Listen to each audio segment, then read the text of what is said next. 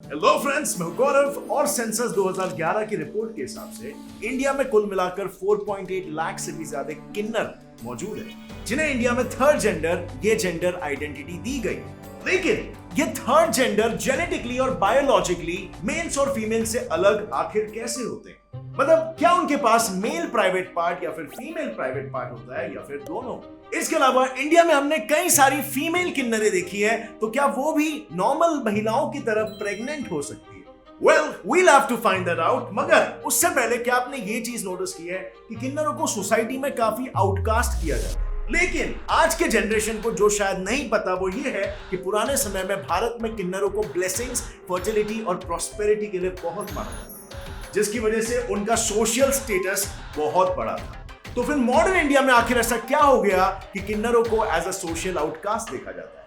Well, किन्नरों से जुड़े ये सभी सवालों का जवाब आज मैं आपको दूंगा आज के इस वंडरफुल वीडियो में, जिसका टाइटल है किन्नर बायोलॉजिकली कैसे होते हैं। अब फ्रेंड्स, वेस्टर्न सोसाइटी में मेल और फीमेल इन दो जेंडर्स को छोड़ बाकी के जेंडर्स को हाल ही में रिकॉग्निशन, लेकिन you actually be shock to know कि हमारे हिंदू समाज में नॉन बाइनरी जेंडर्स यानी कि मेल और फीमेल ये दोनों के अलावा के कोई जेंडर के चर्चे पिछले 2000 सालों से चल रहे हैं।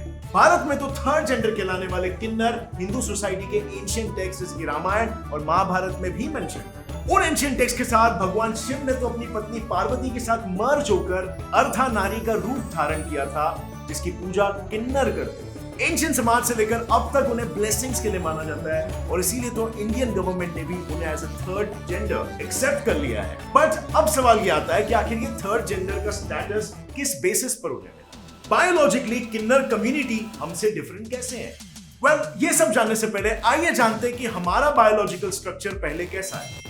एक नॉर्मल इंसान में 23 पेयर्स ऑफ क्रोमोसोम्स होते हैं, जो बेसिकली हमारे पूरे बॉडी के स्ट्रक्चर को एक फॉर्मूला के तौर पर कोड करते हैं। हमारे सारे फिजिकल फीचर्स भी इसी पे डिपेंड करते हैं। एग्जांपल करें, हमारे आंखों का रंग, हमारे बालों का कलर, हमारे बालों का स्ट्रेंथ और मजबूती। एंड इफ यहां पर कहीं पर कॉम्प्रोमाइज हुआ तो आपकी अट्रैक्टिवनेस कम हो जाती है। आज के तारीख में सिर्फ बालों की अगर हम बात करें तो जवान जवान लॉन्डो के बाल निकल रहे हैं और कम उम्र में ही कई सारे लोगों का चमचमाता हुआ टकला दिखाई दे रहा है। पर आपको सबसे पहले यह समझना होगा कि आखिर होता कैसे, अगर आपको इस प्रॉब्लम से छुटकारा चाहिए तो। ये होता है आपके बॉडी के एक हार्मोन DHT, जो मेल हार्मोन है, उसके एक्स्ट्रा प्रोडक्शन से, जिसे डाइहाइड्रोटेस्टोस्टेरोन भी कहते हैं। और इसका सोल्यूशन भी बिल्कुल सिंपल है, man matters DHT blocking shampoo. ये ऐसा 2-in-1 शैम्पू है जो हेयरफॉल को होने से रोकता है और आपके एग्जिस्टिंग बालों को बहुत ही मजबूत बनाता है। इसमें साइंटिफिकली प्रूवन DHT ब्लॉकर्स, जिसके कैफीन और सॉ पैल्मेटो है, जो DHT के प्रभाव को 10 गुना कम कर देते हैं। और रेगुलर यूज करने से नतीजन आपके बाल घने और मजबूत होते हैं। और साथ ही में ये सल्फेट्स, पैराबेन्स और कंटामिनेंट फ्री है और इसीलिए इसके 0 साइड इफेक्ट्स है। अब मैन मैटर्स कंपनी सिर्फ प्रोडक्ट्स ही नहीं बनाती है, बल्कि ऑनलाइन फ्री कंसल्टेशन भी प्रोवाइड करते हैं कॉमन मेन प्रॉब्लम जैसे कि acne, hair loss, mental health, weight related problems and even sexual problems. तो अगर आपको भी एक फ्री ऑनलाइन कंसल्टेशन बुक करना है तो नीचे डिस्क्रिप्शन लिंक पर क्लिक करो, click on it and register for free online doctor consultancy. अगर आपको प्रोडक्ट्स खरीदने हैं तो भी आप उस लिंक पर क्लिक करो, you can buy there effective products. अब इन 23 पेयर्स में से जो लास्ट वाला पेयर होता है ना, वो होते हैं हमारे सेक्स क्रोमोसोम्स, जो बेसिकली हमारा जेंडर डिसाइड करते हैं। अब इस पेयर में से अगर एक इंसान के पास XX क्रोमोसोम्स होते हैं तो उसका जेंडर हो जाएगा फीमेल, और अगर उसमें कॉम्बिनेशन XY का हुआ तो उसका जेंडर हो जाएगा मेल। तो चलो, now you know the basics. अब बात करते हैं किन्नर्स। अब इनमें अगर हम सबसे स्ट्राइकिंग फिजिकल डिफरेंस की बात करें तो इनमें मेल फिजिकल फीचर्स होते हैं, जैसे कि एक strong jaw line, facial structure, body structure, but with all this उनके पास ब्रेस्ट और पीनस दोनों एक साथ होता है। ये आखिर कैसे पॉसिबल है? सबसे पहले तो किन्नर्स के पास जेनेटिकली 23 के साथ साथ एक extra pair of sex chromosome मौजूद होता है, और उनके केस में जैसे कि आप जानते हो 23rd पेयर इनका जेंडर डिसाइड करेगा। लेकिन इनमें डिफरेंस ये है कि जो 24th पेयर होता है ना, वो भी अपने कॉम्बिनेशन के हिसाब से इनका जेंडर इफेक्ट करता है। और इसीलिए अगर दोनों 23rd और 24th पेयर का कॉम्बिनेशन अलग अलग जेंडर्स का हुआ तो इनमें दोनों जेंडर के external parts plus internal reproductive parts मौजूद हैं, और इसीलिए इनके फिजिकल फीचर्स को मेडिकली कहा जाता है हर्माफ्रोडाइट, और सेक्सुअली इसे टर्म किया जाता है disorder of sexual development, DSDs। अब वैसे तो हर्माफ्रोडाइट इंडिविजुअल के फिजिकल अपीयरेंस के बहुत सारे केसेस हो सकते हैं, लेकिन बर्थ के समय बेबी में दिखने वाले कुछ एबनॉर्मलिटीज से ट्रू हर्माफ्रोडिटिज्म का पता चल सकता है, एंड इसी बेसिस पर किन्नरों के कुछ केसेस को ऑब्जर्व किया गया है। सबसे पहला, क्लिटोरिस के नॉर्मल साइज से बड़ा होना या फिर पीनस का एवरेज साइज से छोटा होना। दूसरा, वेजाइनल या फिर पीनस में यूरिथ्रल ओपनिंग नहीं होना। और तीसरा, वेजाइना का लेबियल पार्ट जो कि या तो बंद है या फिर स्क्रोटम की तरह दिखाई देता है, और स्क्रोटम जो कि एम्प्टी है या फिर लेबिया की तरह दिखाई देता है। अब इन सभी केसेस का इंडिविजुअल जेनेटिक कॉम्बिनेशन और बायोलॉजिकल रीजंस क्या है, इस सब पर काफी लिमिटेड रिसर्च अवेलेबल है, और इसीलिए हम आज के लिए पूरे किन्नर कम्युनिटी की जेनेटिक कॉम्बिनेशन को एज अ होल पकड़े। सो याद रहे, इंडिविजुअल केसेस के हिसाब से इसमें वेरिएशंस आ सकते हैं, लेकिन आज हम सिर्फ मेजॉरिटी केसेस का जेनेटिक कॉम्बिनेशन समझेंगे। सो मेजरली जिस भी इंडिविजुअल में extra 24th pair of chromosome coding of an opposite gender आ गया, वो किन्नर कैटेगरी में आएगा ही। लेकिन अब इसमें भी वो मेंटली और फिजिकली किस जेंडर की ओर ज्यादा इंक्लाइंड है, ज्यादा टिल्टेड है, वो भी डिपेंड करता है कुछ जेनेटिक पैरामीटर्स और कॉम्बिनेशंस पर, जिसमें हम अभी फिलहाल दो कॉम्बिनेशंस को स्टडी करेंगे। Combination number 1, 46XX complement.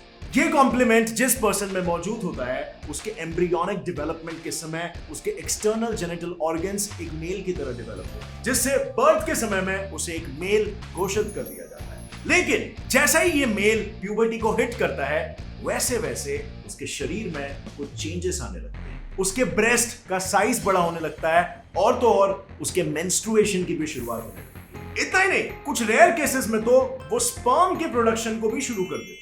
यानी कि 46XX इंटरसेक्स के एक्सटर्नल जेनिटल्स तो मेल के होते हैं, बट उसी के साथ उनका क्रोमोसोमल कॉन्स्टिट्यूशन और रिप्रोडक्टिव ऑर्गन्स फीमेल के होते हैं, और इसीलिए इस कंडीशन को फीमेल सूडो हर्माफ्रोडाइटिज्म कहा जाता है। अब बात करते हैं फ्रेंड्स सेकंड कॉम्बिनेशन की, जिसका नाम है 46XY कॉम्प्लीमेंट। अब ये क्रोमोसोमल कॉम्प्लीमेंट जिस भी इंडिविजुअल में प्रेजेंट होता है, उस फिनोमेनन को मेल सूडो हर्माफ्रोडाइटिज्म कहा जाता है, क्योंकि इस कॉम्प्लीमेंट की वजह से डेवलपमेंट के समय उनमें फीमेल एक्सटर्नल जेनेटिलिया प्रोड्यूस होता है, मगर उनका क्रोमोसोमल कॉन्स्टिट्यूशन और रिप्रोडक्टिव ऑर्गन्स मेल की तरह होते हैं। अब इनमें फीमेल एक्सटर्नल बॉडी होने के बावजूद मेल टेस्टिस प्रेजेंट हो सकते हैं, लेकिन ज्यादातर केसेस में वो मिसशेप्ड होते हैं। सो कांग्रेचुलेशंस, इनके दो केसेस तो आपने जान लिए, लेकिन अब सवाल ये आता है कि क्या फीमेल किन्नर्स प्रेग्नेंट हो सकती है? So well, American society for reproductive medicine के रिसर्च के अनुसार किन्नर प्रेगनेंसी एक बहुत ही रेयर केस होता है, क्योंकि किन्नर में प्रेगनेंसी के आज तक सिर्फ और सिर्फ 10 केस ही रजिस्टर हुए, और वो भी ओवोटेस्टिस के स्पॉन्टेनियस ओव्यूलेशन की वजह से। अब ये एक बहुत ही इंटरेस्टिंग फिनोमेनन है। इसका मतलब ये होता है कि किन्नर में मौजूद टेस्टिस के स्पर्म रिलीज की वजह से उसी के ही ओव्यूल में ओव्यूलेशन हुआ और वो प्रेग्नेंट हो गई। Shocking, right? बट उससे भी ज्यादा शॉकिंग बात यह है कि सारे प्रेगनेंसी के केसेस में जो बच्चा निकला, जो फीटस, वो मेल निकला। और ऐसे टाइप के प्रेगनेंसी केसेस में सिर्फ मेल ही क्यों निकलते हैं, ये काफी विचित्र बात है, और इस पर डॉक्टर्स अभी भी रिसर्च कर रहे हैं। बट एक बात जो बिल्कुल कंफर्म्ड है, वो ये है कि किन्नर लोगों की यूनिक सेक्सुअल फीचर्स की वजह से किन्नर लोग अपनी एक अलग ही कम्युनिटी बनाकर रहते हैं, और फिर मे बी सोशल अप्रूवल की वजह से वो सर्जरी की तरफ अपना हाथ बढ़ाते हैं। अब इंडिया में किन्नरों की कम्युनिटी में आते ही उनको निर्वाण नाम की कैस्ट्रेशन सेरेमनी से गुजरना पड़ता है, which is nothing but removal of male genital organ। ये सेरेमनी हिंदू देवी बहुचारा माता के लिए होती है, जिसमें वो अपने जेनिटल्स देवी को भेंट में देते हुए खुद को किन्नर के रूप में एक्सेप्ट कर लेते हैं। पर फ्रेंड्स, ये तो बात हुई ओल्ड स्कूल ऑफ थॉट की, मगर आज के मॉडर्न जमाने में किसी को किन्नर ना बनते हुए या तो मेल या तो फीमेल किसी एक जेंडर में तब्दील होना है, तो क्या इनके पास कोई तरीका है? So yes, they have an option, genetic reassignment surgery. But इसमें भी एक कैच है। इंटरसेक्स की ट्रीटमेंट उस एज पर डिपेंड करती है जिस एज में वो डायग्नोज होता है। हिस्टोरिकली अगर बर्थ के समय ही इंटरसेक्स का पता चल गया, तो पर्सन के डोमिनेंट एक्सटर्नल जेनिटल्स को मद्देनजर रखते हुए उस पर इंटरसेक्स सर्जरी कर दी जाए, ताकि बर्थ के समय से ही ऑपोजिट सेक्स के ऑर्गन्स को निकाल दिया जाए, और इन ऑपोजिट सेक्स के जेनिटल्स को रिमूव करने के बाद बचे हुए जेनिटल से मेल या फिर फीमेल जेनिटल्स को रिकंस्ट्रक्ट किया जाता है, जिसे सेक्स रीअसाइनमेंट सर्जरी कहा जाता है। अब होता यह है कि मेल जेनिटल्स के रिकंस्ट्रक्शन के कंपैरिजन में फीमेल जेनिटल रिकंस्ट्रक्शन ज्यादा आसान है, और इसीलिए ज्यादातर इंडिविजुअल्स को अक्सर फीमेल बना दिया जाता है। लेकिन इंटरसेक्स सर्जरी से पेशेंट पर कुछ लॉन्ग टर्म के इफेक्ट्स हो सकते हैं, क्योंकि इसमें आगे जाके एक बहुत ही साइकोलॉजिकली गंभीर कॉम्प्लिकेशन हो सकता है कि जिस पर्सन का जेंडर चेंज किया वो आगे जाके उस जेंडर से खुश नहीं है, क्योंकि वो अपने बॉडी को इंटरनली वैसा नहीं देखना चाहता है। और इसीलिए आज की दुनिया में इंटरसेक्स पेशेंट की सहमति सर्जरी के लिए बहुत ही इंपॉर्टेंट है।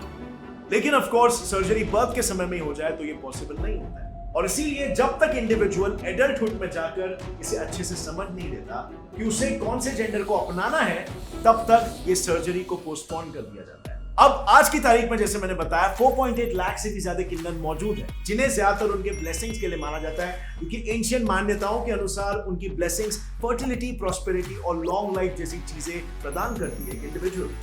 लेकिन फिर एक सवाल पैदा होता है कि अगर इतने एंशियंट टाइम से किन्नरों को इतनी मान्यता दी जाती है, तो आज मॉडर्न इंडिया में क्यों उन्हें ऑस्ट्रेसाइज और परसिक्यूट किया जा रहा है? और वेल, इसका जवाब है द ब्रिटिश एम्पायर। ब्रिटिशर्स जब 18th सेंचुरी में इंडिया पर राज करने आए थे, तब थर्ड जेंडर को देखकर वो लोग शॉक हो गए, और इसीलिए अपना सत्ता जमाते 1871 में उन्होंने किन्नर होने को ही क्रिमिनलाइज कर दिया, और जो भी किन्नर थे उन्हें जेल में डालने का आदेश दिया। सेक्शन 377 को किन्नर्स, क्यूअर्स और LGBTQ कम्युनिटी पर लगा दिया गया, जिसमें ऐसा लिखा हुआ था कि कोई भी इंसान नेचर के आदेश के खिलाफ मेट नहीं कर सकता, इंटरकोर्स नहीं कर सकता।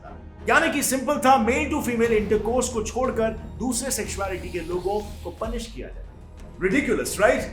और फिर जाके साल 1858 में लगाए गए इस सेक्शन को 2018 में हटाया गया। लेकिन किन्नर, ट्रांसजेंडर, होमोसेक्सुअल, बायसेक्सुअल, इन सारे लोगों को आज भी आउटकास्ट करने के पीछे वेस्टर्न कल्चर का बहुत बड़ा हाथ रहा है इंडियंस पर, जिससे किन्नर कम्युनिटी हिंदू रिलीजन के पिलर्स और गवर्नर्स इन जैसे वेल रिस्पेक्टेड रोल से हटकर एक्साइल हो चुके हैं। एग्जाम्पल के तौर पर मनोबी बंडोपाध्याय, जो वेस्ट बंगाल के बंडोपाध्याय फैमिली में लड़के के रूप में पैदा हुए थे, लेकिन समय के साथ साथ उन्हें यह पता चल गया कि वो बाकी लोगों से अलग है, और साल 2006 में अपनी PhD की पढ़ाई खत्म होते ही उन्होंने एक टीचर की जॉब की और प्रिंसिपल बनने के अपने सपने की ओर बढ़ने लगे। पर सोसाइटी के पेट्रियार्ची के थर्ड जेंडर को लेकर ट्विस्टेड बिहेवियर की वजह से उन्हें 10 सालों तक लगातार क्रिटिसिज्म को फेस करना पड़ा, and at last West Bengal की chief minister miss Mamata Banerjee से बात करने के बाद साल 2015 में वो कृष्णानगर वुमेन्स कॉलेज की प्रिंसिपल बन, जिससे वो इंडिया की सबसे पहली किन्नर कॉलेज प्रिंसिपल बनी। लेकिन क्या मनोबी ही एक ऐसी किन्नर है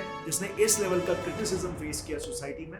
वेल, बिल्कुल भी नहीं। ह्यूमन राइट्स ने किन्नरों पर एक स्टडी किया था, and the results are just shocking.